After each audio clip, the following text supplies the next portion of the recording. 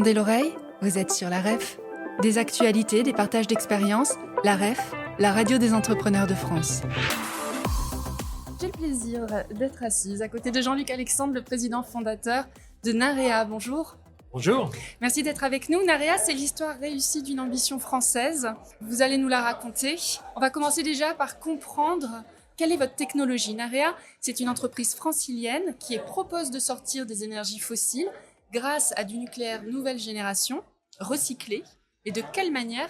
Narea développe en fait de l'énergie complètement décarbonée à partir de combustibles usagés qui viennent des centrales nucléaires classiques. Nous faisons ça de manière décentralisée dans des tout petits réacteurs pour fournir de la chaleur très haute température et de l'électricité, ce qui n'a pas été fait jusqu'à présent. Donc vous vous servez des déchets? On se sert d'une fraction, la fraction de plus longue vie en fait des déchets nucléaires habituels. Et vos premières unités, elles devraient être produites d'ici à 2030, c'est ça? Absolument. Un premier prototype pour 2028 et puis après d'arriver sur le marché à partir de 2030. Alors pourquoi créer des micro-réacteurs? Quelle est la philosophie, l'ambition de Narea derrière ce format qui est extra small, pour reprendre le nom de votre réacteur, je vais arriver à le dire, extra small modular reactor? Tout vient du marché en fait. Nous avons besoin de décarboner notre économie, nous avons besoin de réindustrialiser et pour ça il faut pouvoir fournir cette énergie décarbonée au plus proche des usagers que sont les industriels. C'est bien l'industrie qu'il faut décarboner. Et pour pouvoir délivrer de la chaleur très haute température, il faut pouvoir la produire là où elle est consommée parce qu'on ne peut pas transporter de la chaleur haute température sur des longues distances. D'où l'idée de faire des micro-générateurs qui permettent, en étant beaucoup plus simples, parce que beaucoup plus petits, un, d'être fabriqués en quantité industrielle et deux, d'être positionnés chez l'industriel. Ce qui permet directement de fournir chez l'usager. Le marché, il est national, il est international? Le marché est international. Quand on parle de décarboner la planète, la France décarbone déjà énormément. Il faut plutôt décarboner tout le reste.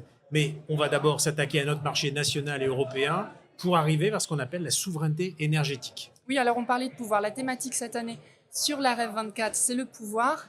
Il vous évoque quoi ce mot? Le pouvoir, c'est justement quand on décortique tout ça, on s'aperçoit que tout est énergie.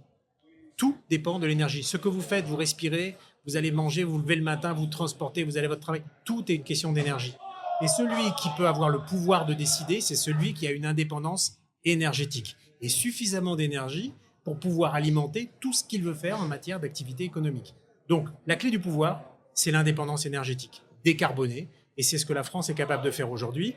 Elle a un parc nucléaire remarquable, c'est une nation nucléaire, et à côté, elle importe encore beaucoup de ces énergies fossiles. C'est cette fraction d'énergie fossile qu'il faut aller remplacer par de l'énergie décarbonée. Le nucléaire de quatrième génération, et la technologie que nous avons choisie de sel fondu à neutrons rapides, permet de se substituer aux énergies fossiles directement, c'est-à-dire au charbon et au gaz, en fournissant tout de suite de la température à 700 degrés, directement utilisable chez l'industriel. Narea est une entreprise en hyper-croissance. Vous êtes soutenu financièrement par l'État français. On est majoritairement financé par des investisseurs privés, oui, à hauteur à peu près de 65 millions d'euros. Et nous avons reçu une subvention de l'État français de 10 millions d'euros. Ça veut dire que l'État français participe dans le cadre de son programme France 2030 au développement de ses activités, de ses réacteurs innovants. Mais à côté, c'est bien le privé. C'est un partenariat public-privé. Car c'est la clé de voûte d'une telle technologie. Vous ne pouvez pas privé tout seul développer, d'abord c'est du nucléaire. Le public ne peut pas le faire non plus tout seul parce que justement pour avoir de l'innovation, il faut une grande liberté, une grande agilité. Et c'est ce que l'on va réussir à trouver dans ces partenariats publics-privés que l'on met en place, y compris avec nos collègues et concurrents quelque part qui développent des technologies qui ne sont pas toujours les mêmes, mais sur lesquelles il y a beaucoup de points communs. L'idée, c'est d'aller plus vite que la concurrence. La vraie concurrence, c'est les Chinois, c'est les Américains, c'est les Russes. C'est ça les vrais concurrents. Et l'Europe dans tout ça? Vos soutiens à l'échelle européenne? Alors, à l'échelle européenne, il y a enfin une alliance pour les SMR qui a été faite au niveau de Bruxelles, qui a été montée quasiment au deuxième trimestre de cette année. Et c'est quelque chose sur lequel on travaillait déjà depuis un an. Ça va permettre d'être plus forts ensemble. D'abord, pour pouvoir essayer de financer une partie, notamment une partie de R&D, mais surtout de trouver des points communs qui vont permettre de déployer cette technologie. Et donc, au niveau européen, il va falloir légiférer, il va falloir ouvrir un peu les chakras, il va falloir faire différemment, toujours pour pouvoir s'affranchir des énergies qui viennent en dehors de l'Europe. Alors, dans vos actualités, il y a la création d'un laboratoire commun avec le CNRS et l'Université Paris-Saclay, CNRS qui vous soutient. Expliquez-moi ce besoin de recherche, de formation. La recherche, c'est le cœur de l'innovation. Et il faut passer un moment de la recherche à l'ingénierie pour aller vers la technologie. Le CNRS nous accompagne depuis le début.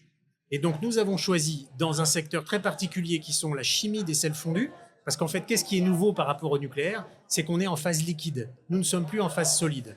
C'est-à-dire que le combustible, finalement, qui va brûler, qui est nucléaire, il est dissous dans un sel fondu.